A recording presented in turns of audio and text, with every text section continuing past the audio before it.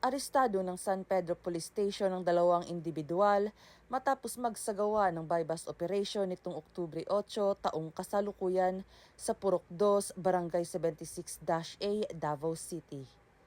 Kinilala ni Police Major Emmanuel D. Manlatican, Acting Station Commander ng San Pedro Police Station ng mga suspect na sina alias Migo, 31 anyos at alias Jason, 37 anyos, isang security guard at pawang mga residente ng nasabing lungsod.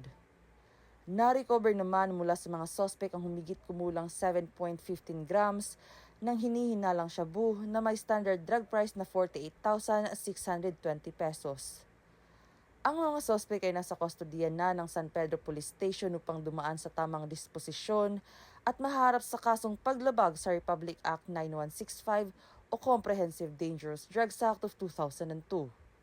Samantala, ang laban kontra kriminalidad ay patuloy na pinapaigting ng Police Regional Office 11 alinsunod sa kampanya ng Bagong Pilipinas na panatilihin ng kapayapaan at kaayusan tungo sa pagsulong ng bansa. Mula rito sa Police Regional Office 11, ako ang inyong PNN Correspondent, Patrol Woman Shaira Rose Aquino.